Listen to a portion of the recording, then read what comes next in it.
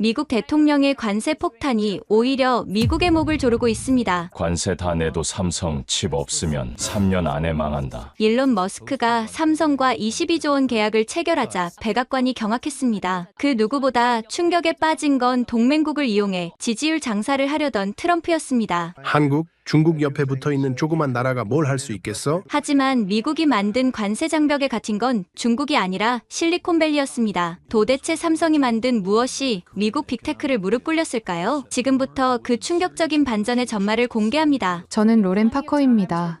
스탠포드에서 전기공학 박사를 받고 구글에서 5년간 AI 개발을 이끌다가 지금은 실리콘밸리의 벤처 투자자로 일하고 있어요.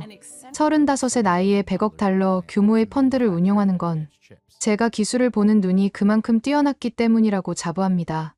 샌프란시스코 다운타운의 세인트 레지스 호텔, 연례 글로벌 테크 투자 포럼이 열리는 날이었습니다. 전 세계에서 모인 투자자들과 기업인들로 북적이는 컨퍼런스홀에서 저는 기조연설을 준비하고 있었어요. 다음은 테크벤처 캐피탈의 로렌 파커 매니징 파트너입니다. 무대에 오른 저는 자신감이 넘쳤습니다. 청중들의 시선이 저에게 집중되는 걸 느꼈어요. 여러분, AI 시대의 진짜 승자는 누구일까요? 저는 잠시 멈추고 청중들을 둘러봤습니다. 많은 분들이 미국과 중국의 양강 구도를 이야기합니다. 맞습니다.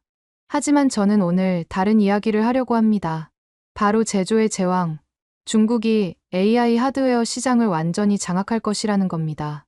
화면에 제가 준비한 차트가 떴습니다. 중국의 반도체 생산 능력, 가격 경쟁력, 그리고 정부 지원 정책을 보여주는 그래프들이었죠. 그리고 여기, 이 작은 점 보이시나요?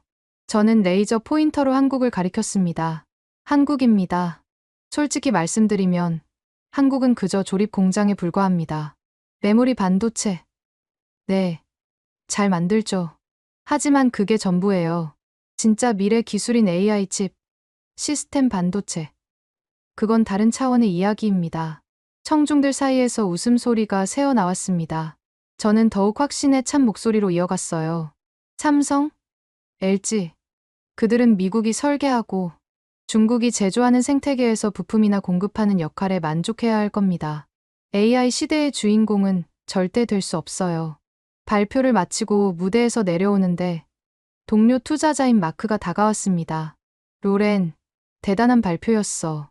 특히 한국 부분. 정말 통쾌했어. 사실이잖아. 우리가 중국 AI 기업들에 투자한 게 얼마인데. 한국 기업에는 단 1달러도 투자 안 했지. 그날 저녁, 저는 포시즌스 호텔 라운지에서 중국 투자 파트너들과 저녁을 먹었습니다.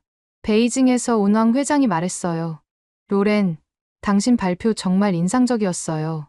특히 한국에 대한 분석, 우리도 똑같이 생각해요. 그럼요. 한국은 빠른 추격자일 뿐이에요. 혁신은 우리가, 제조는 당신들이 하는 거죠. 모두가 건배를 했습니다. 그때까지만 해도 저는 제가 얼마나 큰 착각을 하고 있었는지 전혀 몰랐어요. 일주일 후, 평범한 화요일 아침이었습니다. 저는 팔로알토의 사무실에서 커피를 마시며 시장 동향을 체크하고 있었어요. 그런데 블룸버그 터미널에 흥미로운 가상의 시나리오가 떴습니다. 만약 삼성전자가 차세대 AI 프로세서 아틀라스를 독점 공급한다면? 처음에는 그저 애널리스트의 상상력이라고 생각했습니다. 그런데 내용을 읽으면서 점점 흥미로워졌어요. 삼성전자가 10나노미터 미만 공정의 차세대 AI 프로세서를 개발한다면 기존 대비 100배, 빠른 처리 속도와 10분의 1 전력 소모를 자랑할 것이다. 특히 주목할 점은 만약 특정 파트너사에만 독점 공급한다면 어떻게 될까? 저는 코웃음을 쳤습니다. 상상력이 대단하네. 100배 빠르다고. 말도 안 돼. 하지만 다음 문장을 읽는 순간 조금 불안해졌습니다. 만약 이런 시나리오에서 애플과 구글이 제외된다면? 설마. 저는 급하게 한국 관련 뉴스들을 확인했습니다. 다행히 아직은 그런 발표가 없었어요. 하지만 삼성의 연구개발 투자가 매년 늘어나고 있다는 기사들이 눈에 띄었죠. 오전 10시, 우리 투자팀 회의가 있었습니다. 저는 이 시나리오를 공유했어요. 여러분, 재미있는 가정을 해볼까요? 만약 한국이 정말로 게임 체인저 기술을 개발한다면? 팀원들은 웃었습니다. 로렌, 그건 너무 비현실적이에요. 한국이 미국과 중국을 제치고 그래도 만약이라면? 그럼 우리가 큰 실수를 한 거겠죠. 하지만 그럴 가능성은 제로예요.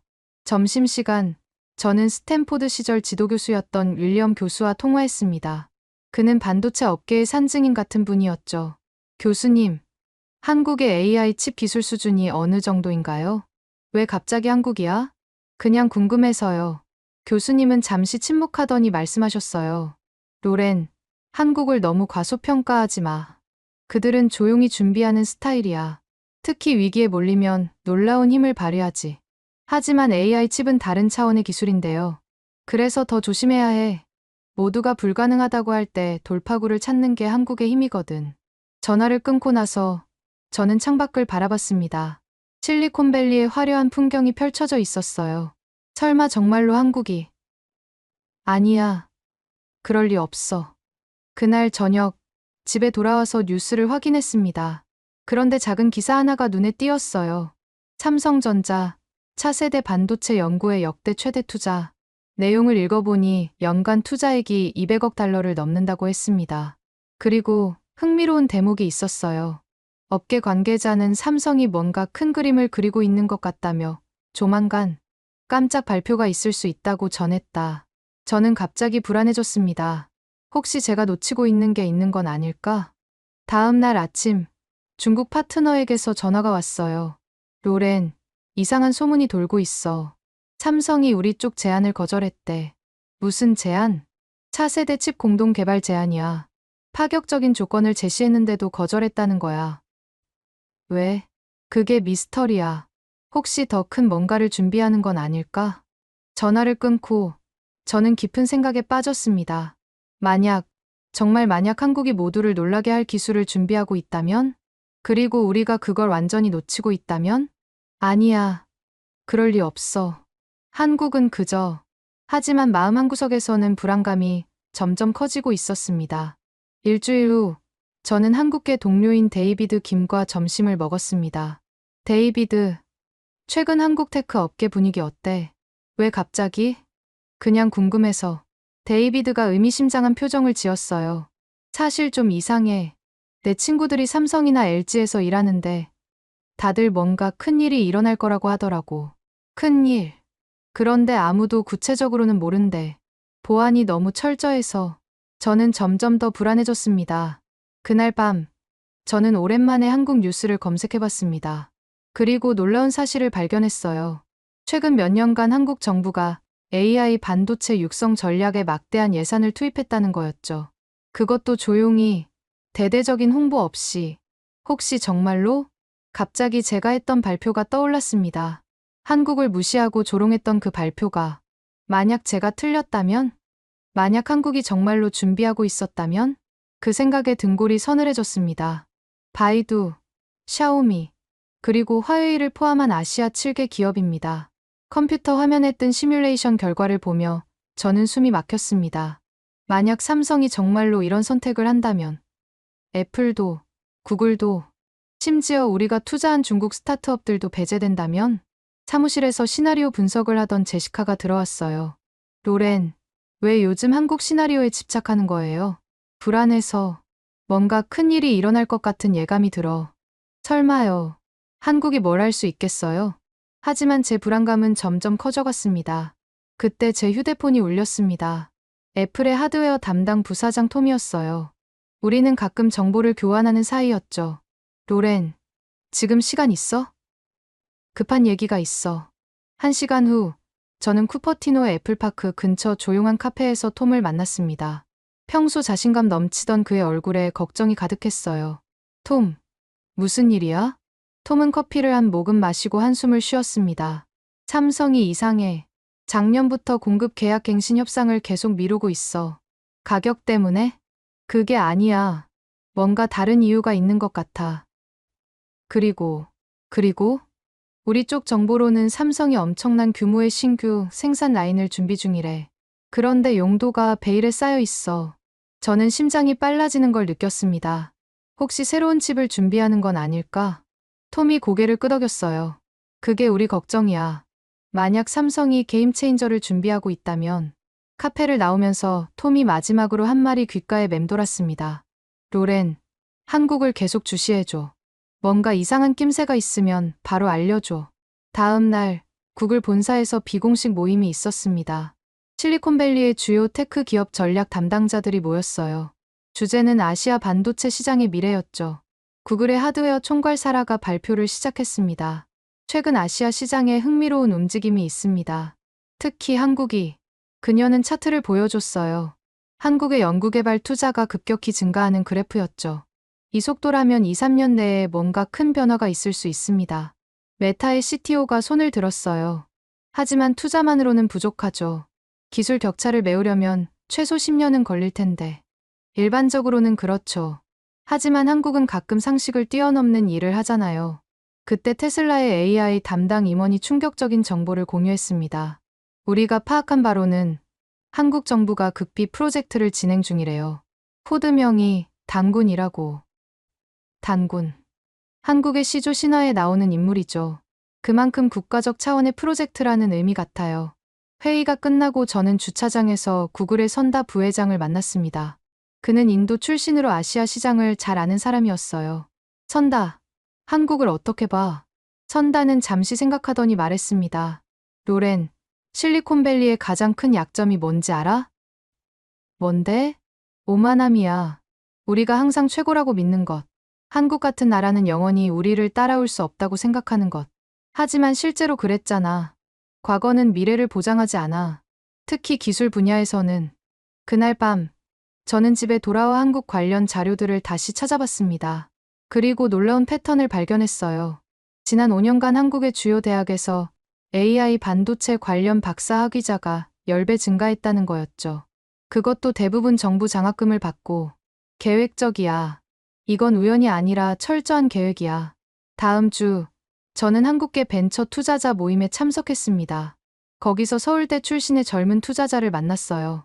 한국 반도체 업계 분위기가 어때요? 그가 의미심장한 표정을 지었습니다. 폭풍 전 고염 같아요. 모두가 뭔가 큰일이 일어날 거라고 예감하고 있죠. 구체적으로 뭔데요?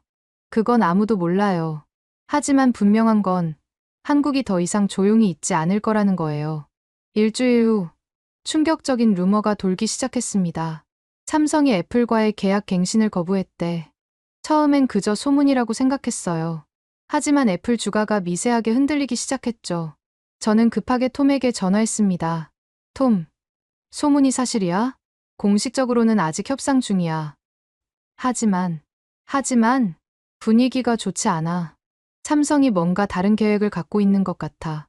그 순간 제 머릿속에서 모든 퍼즐이 맞춰지기 시작했습니다. 막대한 투자, 인재 양성, 극비 프로젝트, 그리고 이상한 행동들. 설마 정말로 한국이? 며칠 후 중국에서 연락이 왔습니다. 우리가 투자한 스타트업 대표였어요. 로렌, 큰일이야. 삼성이 우리 제안도 거절했어. 무슨 제안? 차세대 칩 독점 구매 제안이야. 가격을 2배로 제시했는데도 이제 확실해졌습니다. 삼성은 뭔가 큰 그림을 그리고 있었어요. 그날 밤, 저는 우리 펀드의 긴급 전략 회의를 소집했습니다. 여러분, 우리가 한국을 너무 과소평가했을 가능성이 있습니다. 파트너들은 여전히 회의적이었어요. 로렌, 너무 과민 반응하는 거 아니야? 아니요. 모든 징후가 한 방향을 가리키고 있어요. 한국이 곧 큰 발표를 할 거예요. 그래서 우리가 뭘 해야 하는데? 저는 심호흡을 하고 말했습니다. 한국 시장을 다시 봐야 해요. 지금이라도 늦지 않았어요. 하지만 이미 늦었을지도 모른다는 불안감이 계속 저를 괴롭혔습니다. 그리고 일주일 후, 제 불안은 현실이 되었습니다. 블룸버그 터미널에 긴급 속보가 떴어요. 삼성전자, 내일 오전 글로벌 긴급 발표 예정. 순간, 거래소가 술렁이기 시작했습니다. 모두가 같은 생각을 하고 있었죠. 드디어 시작되는 건가? 저는 밤새 잠을 이룰 수 없었습니다. 내일이면 모든 게 바뀔지도 모른다는 생각에. 그리고 제가 그토록 무시했던 한국이 세계를 뒤흔들지도 모른다는 생각에. 발표 당일 새벽, 저는 일찍 사무실에 도착했습니다. 한국 시간으로 오전 9시, 미국 서부 시간으로는 오후 5시에 발표가 예정되어 있었죠. 사무실에는 이미 여러 동료들이 와 있었습니다. 모두가 긴장한 표정이었어요.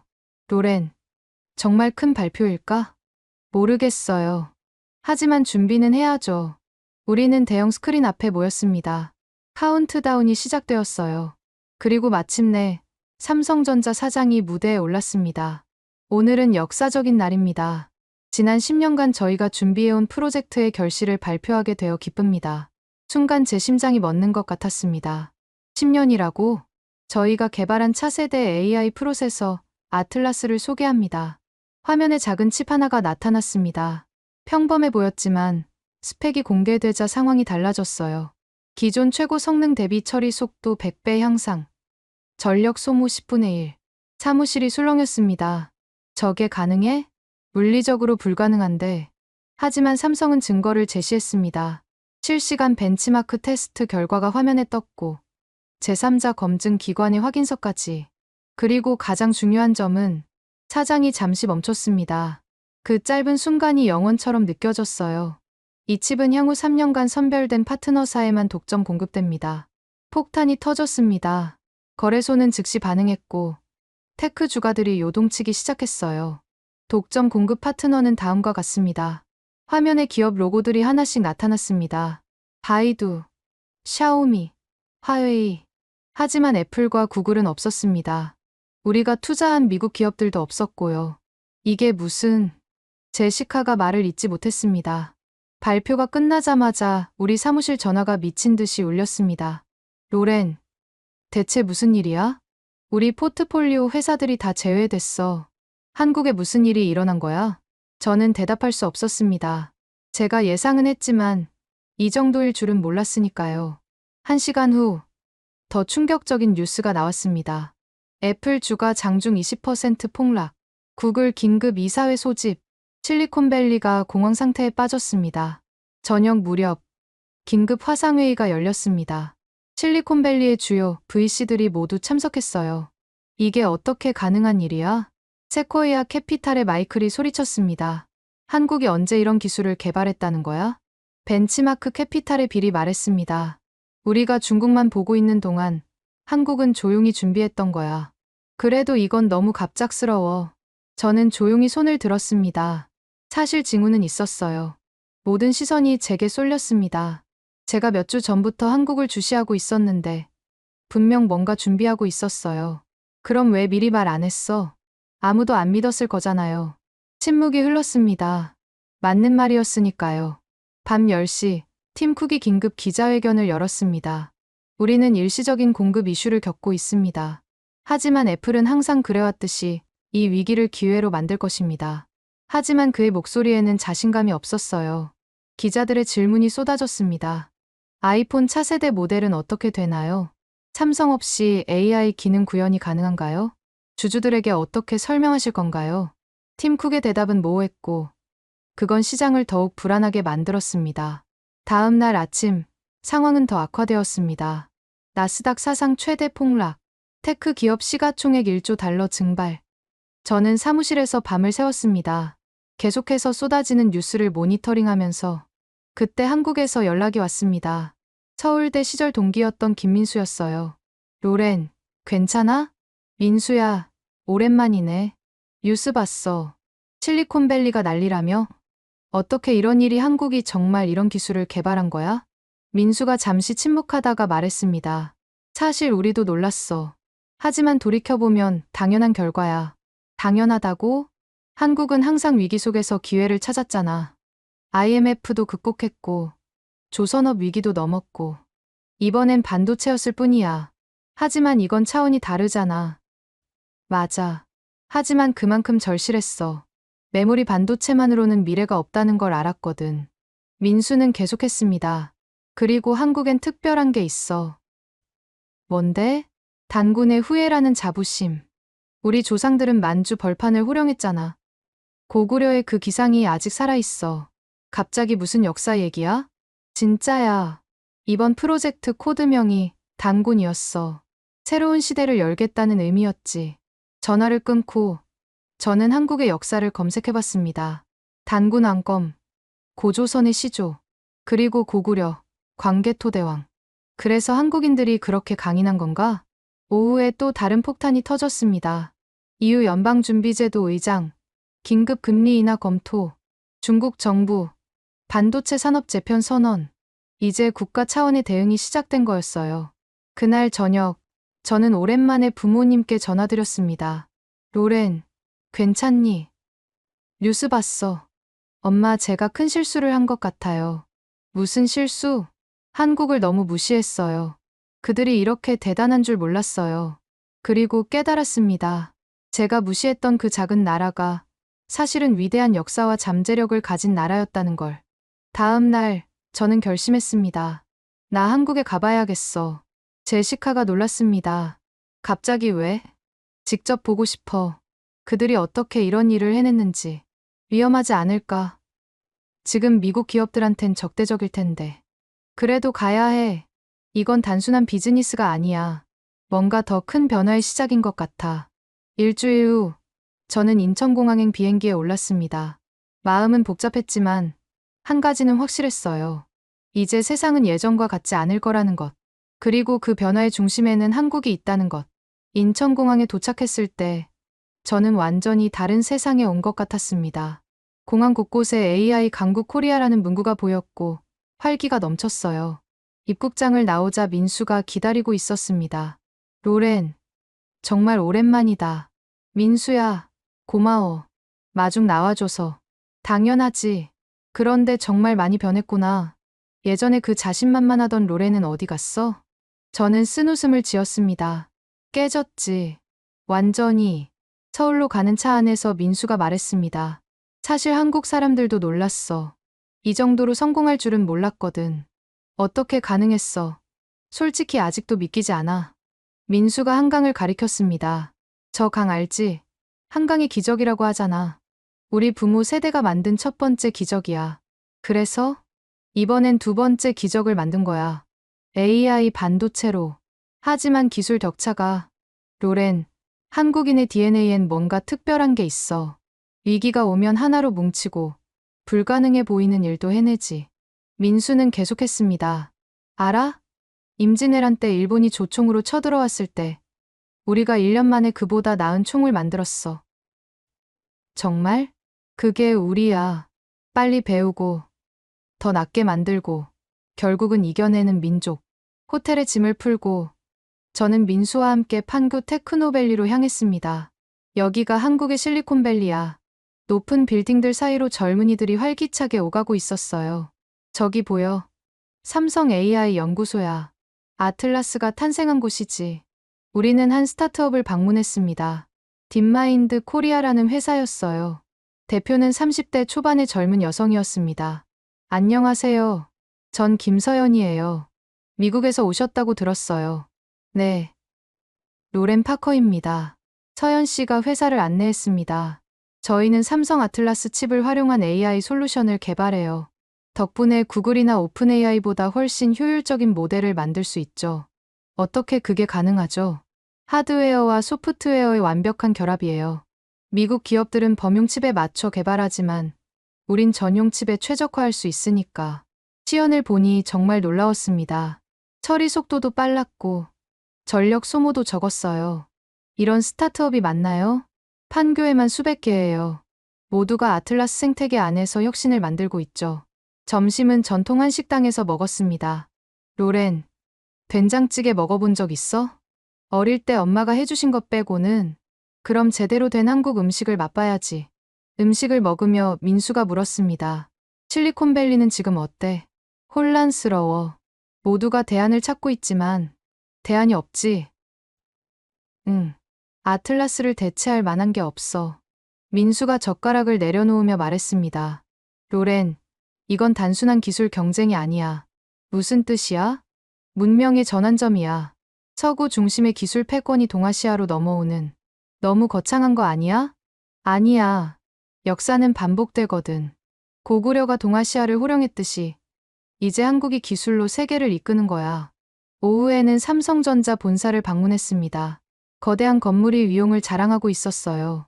일반인은 들어가기 어려운데 특별히 허가받았어. 안내를 받아 들어간 곳은 홍보관이었습니다. 여기서 아틀라스의 개발 과정을 볼 수 있어요.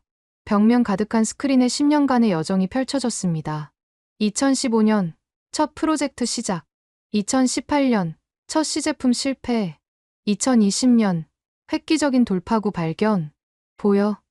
수없는 실패가 있었어. 하지만 포기하지 않았지. 한 사진이 눈에 띄었습니다. 연구원들이 밤새 일하는 모습이었어요. 저들의 열정이 오늘을 만든 거야. 홍보관을 나오며 저는 깊은 감명을 받았습니다. 민수야, 나 완전히 잘못 생각했어. 뭘? 한국을 너무 얕봤어. 제조만 잘하는 나라라고 생각했는데. 민수가 제 어깨를 두드렸습니다. 늦었지만 이제라도 알았으니 됐어. 저녁에는 서울의 야경을 보며 소주를 마셨습니다. 로렌, 너도 한국 피가 흐르잖아. 응, 엄마가 그러시더라. 우리 조상이 만주에서 왔다고. 그래, 우리는 모두 단군의 후예야. 그 기상이 DNA에 새겨져 있지. 민수가 소주잔을 들었습니다. 건배하자. 새로운 시대를 위해. 그리고 내 어리석음을 깨닫게 해준 한국을 위해. 우리는 잔을 부딪혔습니다. 그날 밤 호텔로 돌아와서 저는 일기를 썼습니다. 오늘 나는 진짜 한국을 봤다. 내가 무시했던 이 나라가 사실은 엄청난 잠재력과 역사를 가진 곳이었다. 고구려의 기상, 한강의 기적, 그리고 이제 AI의 혁명까지. 나는 너무 오만했다. 실리콘밸리만이 혁신의 중심이라고 믿었다. 하지만 혁신은 어디서든 일어날 수 있다. 특히 절실함과 열정이 있는 곳에서. 한국은 그걸 증명했다. 그리고 나는 이제야 깨달았다. 내 안에도 그 피가 흐르고 있다는 걸. 다음 날, 저는 중요한 결정을 했습니다. 민수에게 전화했어요. 민수야, 나 한국에 좀 더 있으려고. 정말. 얼마나?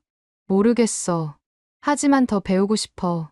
이 나라가 어떻게 이런 일을 해냈는지. 좋은 결정이야. 도와줄게. 전화를 끊고 저는 창밖을 바라봤습니다. 서울의 아침이 밝아오고 있었어요. 새로운 시대의 중심에서 한국에 머문 지 일주일째. 저는 삼성전자 미래전략실에 초청을 받았습니다. 민수가 주선해준 미팅이었죠. 로렌 씨, 만나서 반갑습니다. 전 미래전략실의 이서진 상무입니다. 40대 중반의 카리스마 있는 여성이었어요.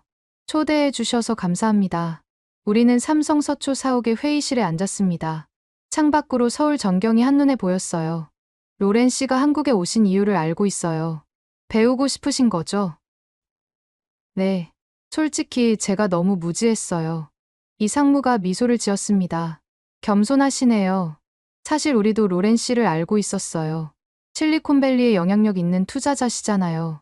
이제는 아니에요. 제 판단 실수가 아니에요. 당시엔 합리적인 판단이었죠. 다만 세상이 너무 빨리 변했을 뿐. 이 상무가 태블릿을 꺼냈습니다. 오늘 특별한 걸 보여드리려고요. 아틀라스의 진짜 비밀을. 화면에 복잡한 다이어그램이 나타났어요. 이게 뭐죠? 아틀라스의 핵심 아키텍처예요. 보시다시피 기존 반도체와는 완전히 다른 구조죠. 자세히 보니 정말 혁신적이었습니다. 뉴런 구조를 모방했지만 더 효율적으로 재설계한 것 같았어요. 이걸 어떻게? 10년이 걸렸어요. 처음 5년은 실패의 연속이었죠. 하지만 우리에겐 비전이 있었어요. 어떤 비전이요? 이 상무가 창밖을 가리켰습니다. 저 도시를 보세요. 50년 전엔 폐허였어요. 하지만 우리 부모 세대가 기적을 만들었죠. 한강의 기적. 맞아요. 그리고 우리 세대는 두 번째 기적을 만들기로 했어요. 기술로. 그녀는 계속했습니다. 특히 우리에겐 특별한 힘이 있어요. 위기를 기회로 바꾸는 힘. 무슨 위기였나요? 메모리 반도체 시장이 포화됐어요. 중국이 추격해왔고 가격 경쟁력도 떨어졌죠. 그때 우리는 결정했어요. 새로운 영역을 개척하자고. 이 상무가 다른 자료를 보여줬습니다. 그리고 우리에겐 비밀 무기가 있었어요. 뭐죠? 인재들이에요. 해외에서 활동하던 한국계 과학자들을 대거 영입했죠. 그들은 글로벌 경험과 한국인의 열정을 동시에 갖고 있었어요. 명단을 보니 놀라웠습니다. 구글, 애플, 엔비디아 출신의 한국계 엔지니어들이 즐비했어요. 그들이 왜 한국으로? 고향이니까요. 그리고 여기선 그들의 꿈을 실현할 수 있었으니까. 점심은 구내 식당에서 먹었습니다. 놀랍게도 이 상무도 일반 직원들과 같은 줄에 서서 식사를 받았어요. 계급 없는 문화예요. 모두가 동료죠. 식사를 하며 이 상무가 물었습니다. 로렌 씨, 한국 역사를 아세요? 잘은 모르지만 최근에 관심이 생겼어요. 우리 민족은 5천년 역사를 가졌어요. 그 중에서도 고구려는 특별했죠. 고구려요? 동아시아의 패자였어요. 만주 벌판을 호령했고 당나라도 두려워했죠. 이상무의 눈빛이 빛났습니다. 그 기상이 우리 DNA에 남아있어요. 불가능해 보이는 일도 해내는 힘. 그래서 프로젝트 이름이 단군이었군요. 맞아요. 우리의 시조이자 정신적 뿌리죠. 재미있는 건 만주족의 시조 신화에도 비슷한 이야기가 있다는 거예요. 정말요? 학자들은 고구려 유민이 만주족 형성에 큰 영향을 미쳤다고 해요. 결국 같은 뿌리인 셈이죠. 오후에는 특별한 곳으로 안내받았습니다. 삼성종합기술원의 비밀연구소였어요. 여긴 극소수만 들어올 수 있어요. 로렌 씨는 특별 손님이니까. 거대한 클린룸에 들어가니 엔지니어들이 정밀한 작업을 하고 있었습니다. 저기서 차세대 칩을 개발하고 있어요. 아틀라스의 후속작이죠. 벌써요? 기술은 멈추지 않아요. 우리가 멈추면 따라잡히니까. 한 엔지니어가 다가왔습니다. 젊은 여성이었어요. 안녕하세요. 전 수석연구원 박지혜입니다. 반가워요. 여기서 어떤 일을 하시나요? 차세대 뉴로모픽 칩을 설계해요. 인간 뇌를 넘어서는 게 목표죠. 넘어선다고요? 지혜 씨가 열정적으로 설명했습니다. 인간 뇌는 훌륭하지만 한계가 있어요. 우린 그 한계를 극복한 설계를 하고 있죠. 예를 들면 처리 속도는 1000배 빠르면서도 전력은 더 적게 쓰는 칩이요. 이론적으론 가능해요. 저는 점점 압도되는 기분이었습니다. 한국의 엔지니어들은 이미 미래의 미래를 준비하고 있었어요. 저녁에는 이상무가 특별한 제안을 했습니다. 로렌 씨, 우리와 함께 일해보실 생각 없으세요? 저요? 하지만 전 한국 기업을 무시했던 사람인데. 그래서 더 필요해요. 실패를 아는 사람이 진짜 성공을 만들 수 있으니까.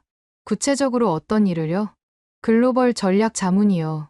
미국 시장을 아는 사람이 필요해요. 저는 고민에 빠졌습니다. 매력적인 제안이었지만 아직 실리콘밸리에 미련이 있었어요. 생각할 시간을 주세요. 물론이죠. 언제든 연락 주세요. 호텔로 돌아오는 길, 저는 복잡한 심정이었습니다. 한국은 제가 생각했던 것보다 훨씬 역동적이고 혁신적이었어요. 그리고 무엇보다 미래를 향한 열정이 살아있었죠. 그날 밤, 뜻밖의 전화가 왔습니다. 실리콘밸리의 동료 제시카였어요. 로렌, 큰일이야. 우리 펀드 LP들이 대거 이탈하고 있어. 뭐? 왜? 한국 투자를 놓친 것 때문이야. 다들 무능하다고. 전화를 끊고 저는 깊은 한숨을 쉬었습니다. 제가 쌓아온 모든 게 무너지고 있었어요. 하지만 이상하게도 후련했습니다. 어쩌면 이게 새로운 시작일지도. 다음 날 아침, 저는 민수에게 전화했습니다. 민수야, 나 결정했어. 뭘? 한국에서 새로 시작하려고. 여기서 배우고, 여기서 일하고 싶어. 정말? 와, 대단한 결정이야. 응. 늦었지만 이제라도 제대로 하고 싶어. 전화를 끊고 저는 창밖을 바라봤습니다.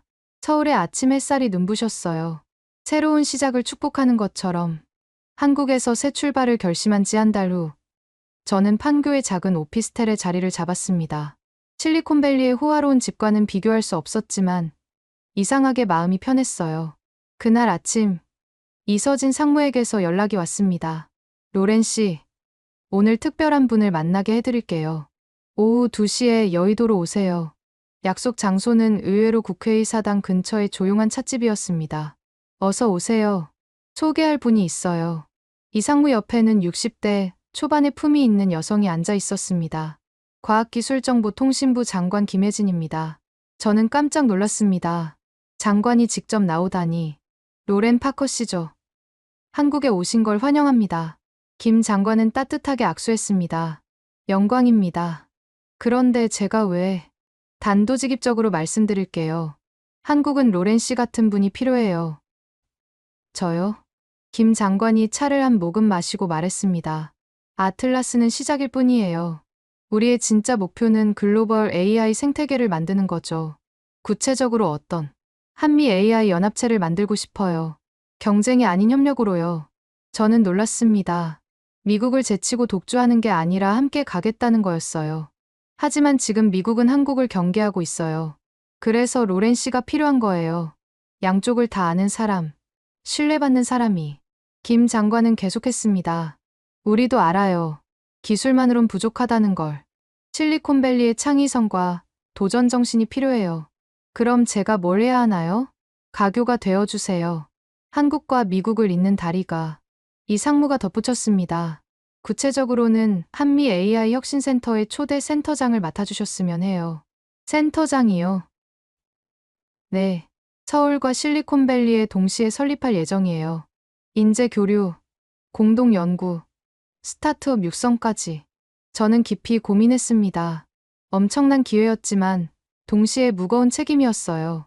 제가 그런 중책을 김 장관이 진지하게 말했습니다. 로렌 씨, 역사는 때로 한 사람의 용기에서 바뀌어요. 지금이 그런 순간이에요. 그녀는 창밖을 가리켰습니다. 저기 한강 보이시죠? 우리 부모 세대는 저 강에서 기적을 만들었어요. 이제 우리 차례예요. 하지만 전 한국인도 미국인도 아닌, 그래서 완벽해요. 양쪽을 다 이해하는 사람이니까. 김 장관은 봉투를 건넸습니다. 이건 우리 계획서예요. 읽어보시고 결정해주세요. 찻집을 나와 한강변을 걸으며 저는 계획서를 읽었습니다. 내용은 놀라웠어요. 단순한 협력을 넘어선 새로운 형태의 국제연합체였죠.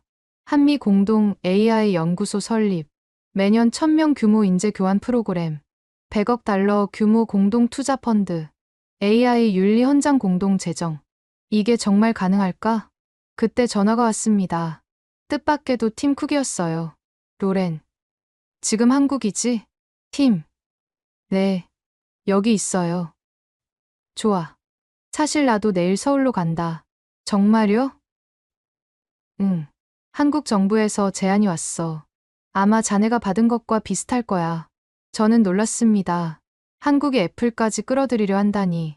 어떻게 생각해요? 팀이 잠시 침묵하다가 말했습니다. 과거는 잊고 미래를 봐야 할 때인 것 같아. 자네도 알다시피 지금 우린 선택의 여지가 없어. 전화를 끊고 저는 깊은 생각에 빠졌습니다. 세상이 정말 빠르게 변하고 있었어요. 그리고 그 중심에 한국이 있었죠. 그날 밤 민수와 저녁을 먹었습니다. 센터장 제안받았다며. 축하해. 아직 결정한 건 아니야. 뭐가 망설여져? 저는 솔직하게 말했습니다. 무서워. 이렇게 큰 일을 내가 할 수 있을까? 민수가 진지하게 말했습니다. 로렌, 너 알아? 한국 속담에 시작이 반이다라는 말이 있어. 무슨 뜻이야? 시작하는 용기가 성공의 절반이라는 거야. 넌 이미 시작했어. 한국에 왔잖아. 하지만, 그리고 내 안에도 한국인의 피가 흐르잖아. 고구려의 그 도전 정신이. 민수가 소주잔을 들었습니다. 우리 조상들은 만주 벌판에서 대제국을 건설했어. 너도 할 수 있어. 다음 날 아침, 저는 결심했습니다. 이 상무에게 전화했어요. 제안 받아들이겠습니다. 잘 결정하셨어요. 바로 준비 시작하죠. 일주일 후 서울 프레스센터에서 역사적인 발표가 있었습니다. 한미 AI 혁신센터 설립 및 초대 센터장 임명. 기자회견장에는 김혜진 장관, 팀 쿡, 그리고 저까지 나란히 앉았습니다. 오늘은 새로운 시작입니다. 경쟁이 아닌 협력의 시대가 열리는 날입니다. 김 장관의 개회사 후 팀 쿡이 마이크를 잡았습니다. 애플은 한국과 함께 미래를 만들어가겠습니다.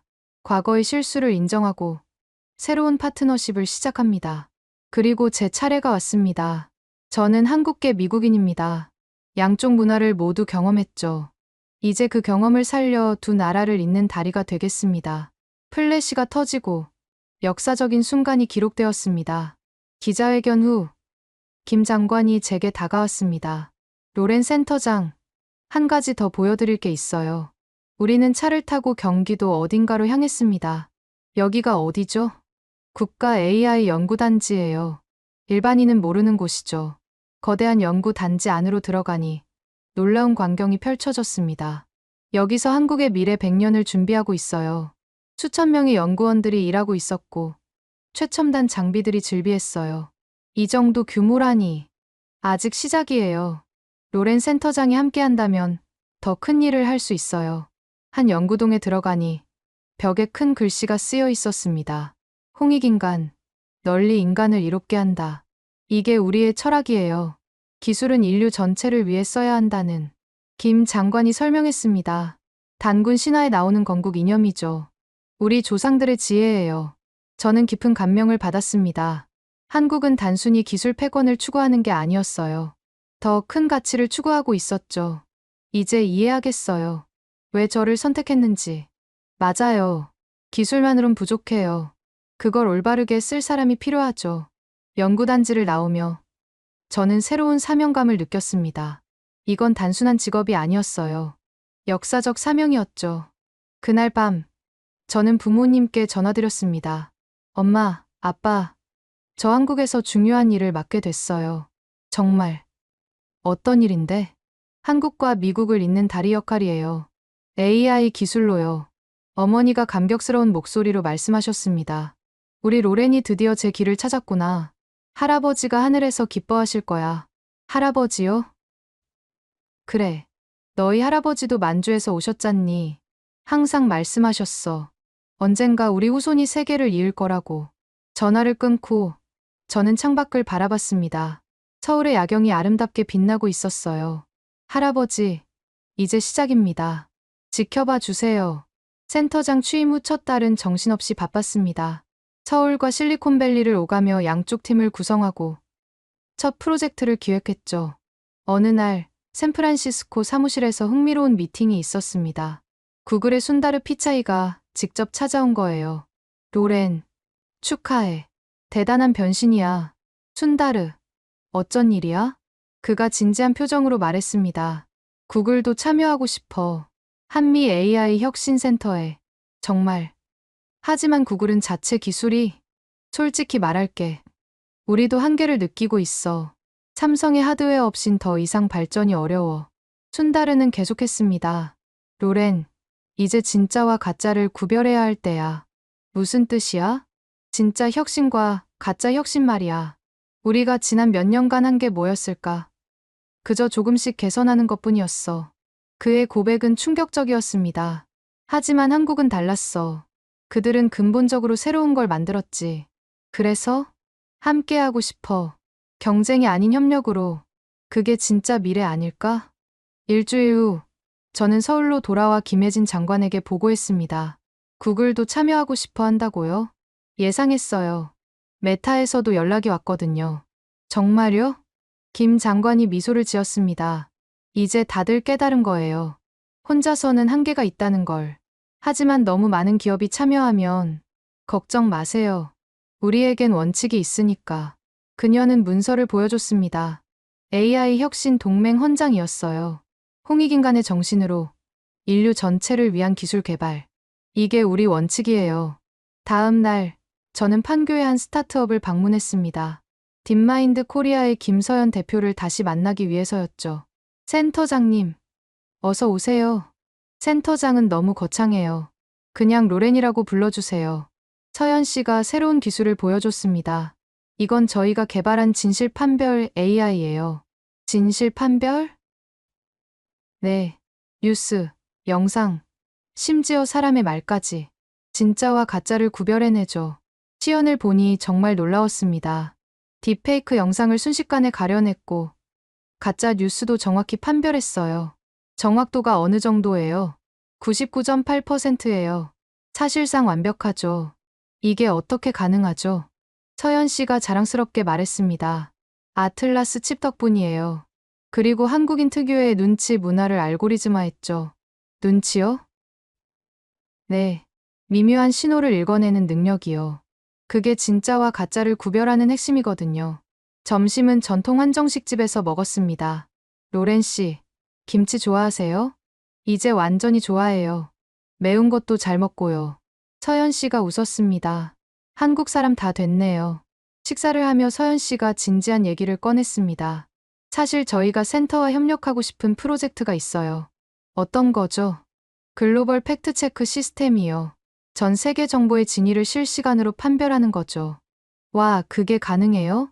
기술적으론 가능해요. 문제는 각국의 협력이죠. 저는 흥미를 느꼈습니다. 센터가 그 가교 역할을 하면 되겠네요. 맞아요. 미국의 데이터, 한국의 기술, 그리고 전 세계의 협력. 오후에는 서울대학교 AI 연구소를 방문했습니다. 그곳에서 놀라운 사실을 알게 됐어요. 연구소장인 최준호 교수가 설명했습니다. 저희가 연구 중인 건 집단지성 AI예요. 집단지성이요? 네. 한국의 우리 문화를 AI에 적용한 거죠. 개별 AI가 아닌 서로 연결된 AI 네트워크요. 실험실을 둘러보니 수백 개의 작은 AI가 서로 소통하며 문제를 해결하고 있었어요. 이게 서구의 개인주의적 AI와 뭐가 다른가요? 최 교수가 미소를 지었습니다. 효율성이 100배 이상 높아요. 혼자 천재 한 명보다 평범한 사람 100명이 힘을 합치는 게 강하거든요. 한국적 사고방식이네요. 맞아요. 우리 조상들의 지혜죠. 둘의 품앗이, 걔 다 집단지성의 예시예요. 저녁에는 민수와 만났습니다. 어때? 센터장 일은? 정신없지만 보람 있어. 매일 새로운 걸 배우고 있어. 민수가 진지하게 물었습니다. 로렌, 이제 정말 한국이 미국을 넘어설 수 있을까? 저는 고개를 저었습니다. 넘어서는 게 목표가 아니야. 함께 가는 거지. 무슨 뜻이야? 한국은 기술이 있고, 미국은 경험이 있어. 중국은 시장이 있고, 유럽은 철학이 있지. 다 합치면 민수가 눈을 빛냈습니다. 완벽한 조합이구나. 맞아. 그게 진짜 미래야. 경쟁이 아닌 협력. 그때 뉴스 속보가 떴습니다. 한미일 정상, AI 협력 공동선언문 발표. 내용을 보니 제가 준비한 제안서가 대부분 반영되어 있었어요. 와, 정말 일이 커지고 있네. 민수가 감탄했습니다. 다음 날, 저는 중요한 발표를 했습니다. 첫 번째 공동 프로젝트를 시작합니다. 이름은 프로젝트 트루스. 전 세계 가짜 정보와 싸우는 프로젝트였죠. 한국의 기술, 미국의 플랫폼, 일본의 정밀함이 결합된. 발표 후 전 세계에서 참여 의사를 밝혔습니다. 영국 민주주의 보호를 위해 참여, 독일 기술 윤리 확립에 동참, 인도 10억 인구를 위한 진실. 일주일 만에 50개국이 참여를 선언했어요. 그날 밤, 저는 일기를 썼습니다. 오늘, 진짜 일을 시작했다. 단순히 기술을 개발하는 게 아니라 인류를 위한 기술을 만드는 일. 한국이 보여준 건 단순한 기술력이 아니었다. 함께 살아가는 지혜, 홍익인간의 정신이었다.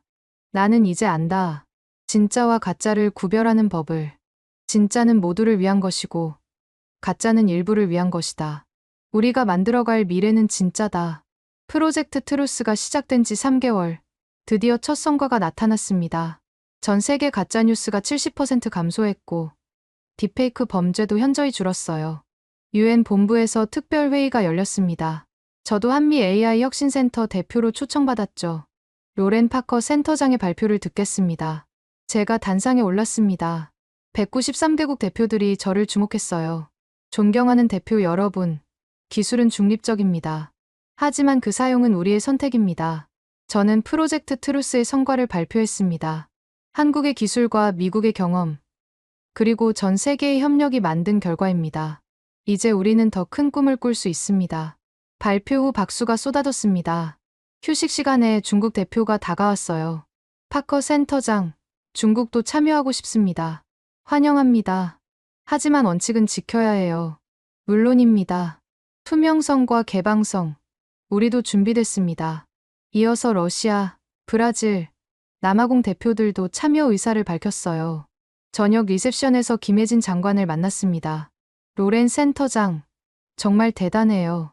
전 세계가 하나로 뭉치고 있어요. 한국이 시작한 일이에요. 전 그저 연결고리 역할을 했을 뿐이죠. 김 장관이 의미심장하게 말했습니다.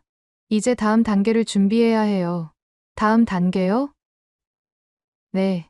프로젝트 하모니예요. 다음 날, 저는 서울로 돌아와 급히 회의에 참석했습니다. 참석자는 한국, 미국, 일본, 유럽연합의 AI 최고 책임자들이었어요. 이서진 상무가 프레젠테이션을 시작했습니다. 프로젝트 하모니는 전 인류를 위한 AI 헌장을 만드는 일입니다. 내용은 놀라웠어요. AI는 인간을 대체하지 않고 돕는다. 모든 결정권은 인간에게 있다. AI 개발의 윤리위원회 필수. 기술은 공유하되 악용은 방지. 이걸 어떻게 강제하죠? 일본 대표가 물었습니다. 강제가 아닌 자발적 참여예요. 하지만 참여하지 않으면 이 상무가 화면을 바꿨습니다. 글로벌 AI 네트워크에서 배제됩니다. 사실상 고립되는 거죠. 유럽연합 대표가 고개를 끄덕였습니다. 당근과 채찍이군요. 현명해요. 회의가 끝난 후 저는 이 상무와 차를 마셨습니다. 이 모든 게 처음부터 계획된 거였나요? 이 상무가 미소를 지었습니다. 절반은 계획, 절반은 운이었어요. 하지만 가장 중요한 건 뭐죠? 사람이었어요. 로렌 센터장 같은 분이 나타날 거라곤 예상 못했거든요. 일주일 후 실리콘밸리에서 역사적인 서명식이 열렸습니다. 글로벌 AI 하모니 협약. 팀 쿡이 먼저 서명했습니다. 애플은 기술의 인간적 사용을 약속합니다. 이어서 순다르 피차이, 마크 저커버그가 서명했어요. 그리고 제 차례가 왔습니다. 한미 AI 혁신센터는 이 협약의 수호자가 되겠습니다. 서명하는 순간 플래시가 터졌습니다. 역사적인 순간이었어요. 행사 후 마크 저커버그가 제게 다가왔습니다. 로렌, 1년 전엔 상상도 못했어. 내가 이런 일을 해낼 줄은. 저도 몰랐어요. 하지만 한국이 가르쳐줬죠. 함께하는 힘을. 한국 정말 대단한 나라야. 이제야 알았어요? 우리는 함께 웃었습니다. 다음 날, 저는 부모님을 뵙기 위해 LA로 갔습니다. 우리 딸이 정말 큰일을 했구나. 아버지가 자랑스러워하셨어요. 아빠, 이제 시작이에요. 할 일이 더 많아요. 어머니가 제 손을 잡았습니다. 로렌, 내가 정말 자랑스러워. 할아버지도 하늘에서 기뻐하실 거야. 엄마, 우리 집안이 정말 고구려 후손이에요. 어머니가 고개를 끄덕였습니다. 그래. 우리 조상들은 만주 벌판을 달렸대. 그 피가 내 안에도 흐르는 거야. 그래서 제가 이런 일을 할 수 있었나 봐요. 가족과 저녁을 먹으며 저는 행복했습니다. 한국계 미국인이라는 정체성이 더 이상 혼란스럽지 않았어요. 오히려 축복이었죠. 서울로 돌아온 날 특별한 소식이 기다리고 있었습니다. 노벨 평화상 후보? 민수가 흥분해서 말했습니다. 그래. 프로젝트 트루스와 하모니 협약 때문이래. 에이, 그건 너무 과해. 과하긴. 내가 한 일이 얼마나 대단한데. 그때 전화가 왔습니다. 김혜진 장관이었어요. 로렌 센터장, 축하해요. 그리고 하나 더 제안이 있어요. 또 무슨 제안이에요? 한국 정부가 로렌 센터장께 특별 훈장을 수여하기로 했어요. 훈장이요? 네. 과학기술 훈장 최고 등급이에요. 외국인으로는 처음이죠. 저는 벅차올랐습니다. 영광입니다. 하지만 전 그저 겸손은 그만해요. 당신은 진짜 영웅이에요. 수여식은 청와대에서 열렸습니다. 대통령이 직접 훈장을 걸어주셨어요. 로렌 파커 센터장은 한국과 세계를 이었습니다. 기술을 통해 인류애를 실현했죠. 훈장을 받는 순간 눈물이 났습니다. 할아버지, 보고 계신가요? 손녀가 드디어 제 역할을 찾았어요. 시상식 후 리셉션에서 이서진 상무가 다가왔습니다. 축하해요. 이제 진짜 한국인이네요. 전 항상 한국인이었어요. 단지 몰랐을 뿐이죠. 맞아요. 그리고 이제 전 세계가 알게 됐어요. 한국인의 힘을. 그날 밤, 저는 한강변을 걸었습니다. 불과 1년 전, 저는 오만한 투자자였어요. 한국을 무시하고 실리콘밸리만이 최고라고 믿었죠. 하지만 이제는 달랐습니다. 세계는 하나였고 함께할 때 더 강했어요. 그리고 그 중심에 한국이 있었죠. 작지만 강한 나라, 함께의 가치를 아는 나라. 한강의 기적을 넘어 AI의 기적을 만든 나라. 그리고 저는 그 일부가 되어 있었습니다. 훈장 수여식 이후 저희 삶은 완전히 달라졌습니다. 전 세계 언론이 주목했고 각국 정부와 기업에서 러브콜이 쏟아졌어요. 하지만 저는 초심을 잃지 않으려 노력했습니다. 매주 월요일 아침 판교의 작은 카페에서 스타트업 창업자들을 만났어요. 센터장님, 저희 기술 좀 봐주세요. 20대 청년 둘이 노트북을 펼쳤습니다. 뭘 만들고 있어요? AI 교육 플랫폼이에요. 전 세계 아이들이 평등하게 교육받을 수 있도록. 시연을 보니 인상적이었어요. 각 나라 언어와 문화에 맞춰 자동으로 커리큘럼이 조정되는 시스템이었죠. 투자 받았어요? 아직 규모가 너무 커서 다들 부담스러워해요. 저는 명함을 건넸습니다. 내일 센터로 오세요. 글로벌 프로젝트로 키워봅시다. 청년들의 눈이 반짝였어요. 정말요? 감사합니다. 이런 만남이 제게는 가장 큰 보람이었습니다. 한편, 국제 무대에서는 더 큰 변화가 일어나고 있었어요. 유엔 안전보장위 사회가 AI 무기 금지 협약을 논의하기 시작했죠. 뉴욕으로 날아간 저는 특별 자문관으로 회의에 참석했습니다. AI를 무기화하는 것은 인류의 생존을 위협합니다. 제 발언에 많은 나라가 동의했지만 일부는 반대했어요. 기술 발전을 막을 순 없다. 국가 안보가 우선이다. 논쟁이 계속되던 중 한국 대표가 발언했습니다. 우리는 6.25 전쟁을 겪었습니다. 전쟁의 참혹함을 압니다. 기술은 사람을 죽이는 게 아니라 살리는 데 써야 합니다. 그 진정성 있는 발언이 분위기를 바꿨어요. 결국 협약은 통과됐고 한국의 도덕적 리더십이 다시 한번 빛났죠. 서울로 돌아온 저는 새로운 프로젝트를 시작했습니다.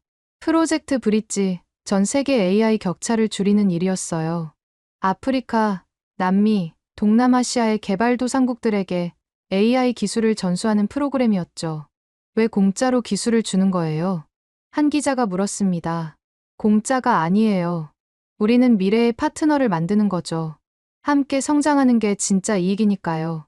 6개월 후 놀라운 일이 일어났습니다. 케냐의 한 마을에서 AI를 활용해 가뭄을 예측하고 해결했어요. 브라질에서는 AI로 아마존 산림 파괴를 막았고요. 방글라데시는 AI 의료 시스템으로 영아 사망률을 절반으로 줄였죠. 기적이에요. 각국에서 감사 메시지가 쏟아졌습니다. 어느 날 특별한 손님이 센터를 찾아왔어요. 빌 게이츠입니다. 오, 빌, 정말 오랜만이에요. 로렌, 당신이 하는 일이 정말 인상적이에요. 우리 재단도 함께하고 싶어요. 그의 제안으로 프로젝트 브릿지는 더욱 확대됐습니다. 자금 지원과 함께 전 세계 네트워크가 연결됐죠. 1년 후, 저는 다시 노벨상 위원회에서 연락을 받았습니다. 이번엔 후보가 아닌 수상자로 선정됐다는 소식이었어요. 믿을 수 없어요. 김혜진 장관이 축하해줬습니다. 당연한 결과예요. 당신이 만든 변화를 보세요. 시상식은 스톡홀름에서 열렸습니다. 로렌 파커는 기술을 통해 인류를 하나로 연결했습니다. 이는 진정한 평화의 실현입니다. 상을 받으며 저는 수상 소감을 말했습니다. 이 상은 제 것이 아닙니다. 함께의 가치를 가르쳐준 한국, 도전 정신을 보여준 미국, 그리고 손을 잡아준 전 세계 모든 분들의 것입니다. 특히 저에게 용기를 준 한 나라가 있습니다. 작지만 위대한 나라, 불가능을 가능으로 만든 나라, 바로 대한민국입니다. 박수가 터져 나왔습니다. 한국에서는 생중계로 시청하던 사람들이 감동의 눈물을 흘렸다고 해요. 시상식 후 만찬에서 스웨덴 국왕이 제게 물었습니다.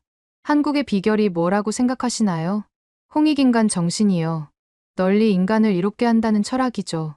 아름다운 사상이네요. 네. 그리고 그들은 정말로 그렇게 살아요. 자신만이 아닌 모두를 위해. 서울로 돌아온 날, 공항에는 수많은 사람들이 기다리고 있었어요.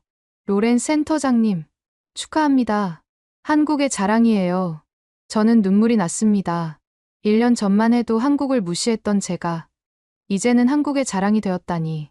그날 밤 민수와 조용히 막걸리를 마셨습니다. 로렌, 정말 많이 변했다. 그러게, 나도 내가 놀라워. 앞으로 계획은? 저는 잠시 생각하다가 말했습니다. 계속 다리가 되는 거지. 더 많은 나라, 더 많은 사람을 연결하는. 멋있다. 역시 고구려의 후예야. 또 그 얘기야? 우리는 함께 웃었습니다. 하지만 정말로 저는 이제 제 뿌리가 자랑스러웠어요. 만주 벌판을 달리던 조상들의 그 기상이 이제는 전 세계를 연결하는 힘이 된 것 같았으니까요. 지금까지 AI 시대의 대반전, 그 충격적인 가능성의 이야기를 들려드렸습니다. 어떠셨나요? 기술의 미래는 특정 국가나 기업이 독점하는 게 아니라 함께 만들어가는 것임을 보여드리고 싶었어요. 편견을 버리면 새로운 세상이 열린다는 교훈도 얻으셨길 바랍니다. 오늘 이야기가 마음에 드셨다면 좋아요와 구독 부탁드립니다. 그리고 K-테크의 잠재력을 믿는 여러분, 이 영상을 널리 공유해주세요. 다음에도 더 놀라운 이야기로 찾아뵙겠습니다. 지금까지 코리아 원더풀이었습니다. 감사합니다.